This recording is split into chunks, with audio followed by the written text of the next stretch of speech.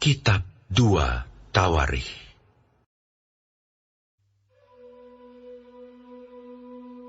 Tetapi dalam tahun ke-7 Yoyada memberanikan diri, dan ia mengadakan persepakatan dengan para kepala pasukan 100, yakni Azaria bin Yeroham, Ismail bin Yohanan, Azaria bin Obed, Maasea bin Adaya, dan Elisafat bin Sikri.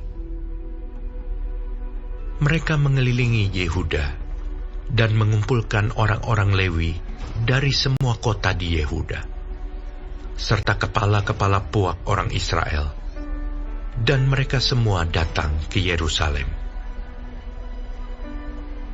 Lalu seluruh jemaah itu mengikat perjanjian dengan raja di rumah Allah. Kata Yoyada kepada mereka, "Lihatlah anak raja, biarlah ia memerintah seperti yang telah difirmankan Tuhan tentang anak-anak Daud. Inilah yang harus kamu lakukan. Sepertiga dari kamu, yakni yang selesai bertugas pada hari Sabat, baik imam maupun orang Lewi, haruslah menjadi penunggu pintu. Sepertiga lagi haruslah berada di istana raja, dan sepertiga pula di pintu gerbang dasar, sedang seluruh rakyat haruslah berada di pelataran rumah Tuhan. Siapapun tidak boleh memasuki rumah Tuhan, selain daripada para imam dan orang-orang Lewi yang bertugas. Mereka boleh masuk karena mereka kudus, tetapi seluruh rakyat haruslah mentaati peraturan Tuhan. Dalam pada itu, orang-orang Lewi haruslah mengelilingi raja dari segala penjuru, masing-masing dengan senjatanya di tangannya. Dan siapa yang memasuki rumah itu haruslah dibunuh. Dan baiklah kamu menyertai raja setiap kali ia keluar atau masuk." Orang-orang Lewi dan seluruh Yehuda melakukan tepat seperti yang diperintahkan Imam Yoyada. Masing-masing mengambil orang-orangnya yang selesai bertugas pada hari Sabat, bersama-sama dengan orang-orang yang masuk bertugas pada hari itu. Karena Imam Yoyada tidak membebaskan rombongan-rombongan itu. Lalu Imam Yoyada memberikan kepada para kepala pasukan 100 itu tombak-tombak, utar-utar, dan perisai-perisai kepunyaan Raja Daud yang ada di rumah Allah. Ia menempatkan seluruh rakyat, masing-masing dengan lembing di tangannya, di lambung kanan sampai ke lambung kiri rumah itu, dengan mengelilingi mezbah dan rumah itu, untuk melindungi raja. Sesudah itu Yoyada dan anak-anaknya membawa anak raja itu keluar, mengenakan jejamang kepadanya, dan memberikan hukum Allah kepadanya. Mereka menobatkan dia menjadi raja, serta mengurapinya. Lalu berserulah rakyat.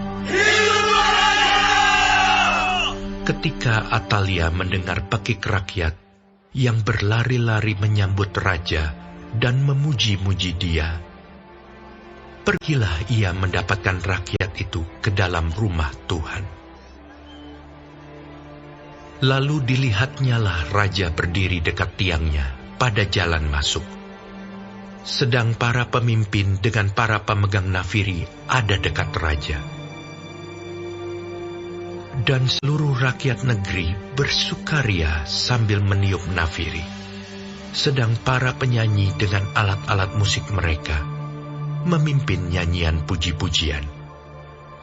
Maka Atalia mengoyakkan pakaiannya sambil berkata, "Hianat! Hianat!"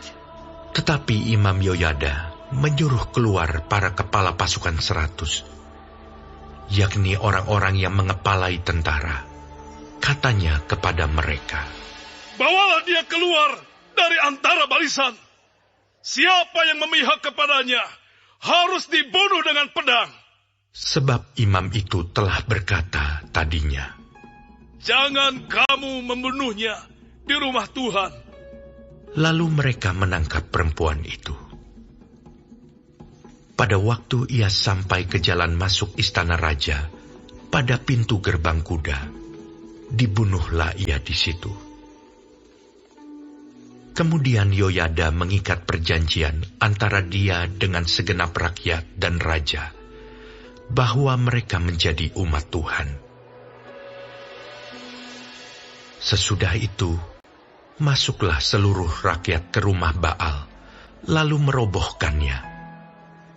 Mereka memecahkan mezbah-mezbahnya dan patung-patungnya, dan membunuh Matan, imam Baal, di depan mezbah-mezbah itu. Kemudian Yoyada menyerahkan pengawasan atas rumah Tuhan kepada imam-imam dan orang-orang Lewi, yang telah dibagi-bagi dalam rombongan oleh Daud, untuk bertugas di dalam rumah Tuhan, yakni untuk mempersembahkan korban bakaran kepada Tuhan, seperti tertulis di dalam Taurat Musa, dengan sukaria dan dengan nyanyian, menurut petunjuk Daud. Juga ditempatkannya penunggu-penunggu pintu pada pintu-pintu gerbang rumah Tuhan, supaya dalam hal apapun juga jangan masuk seseorang yang najis. Sesudah itu, ia mengajak para kepala pasukan 100, para pemuka, para pemerintah rakyat, dan seluruh rakyat negeri, lalu membawa raja turun dari rumah Tuhan. Mereka masuk ke istana raja melalui pintu gerbang atas, lalu mendudukkan raja ke atas tahta kerajaan. Bersukarialah seluruh rakyat negeri, dan amanlah kota itu, setelah Atalia mati dibunuh dengan pedang.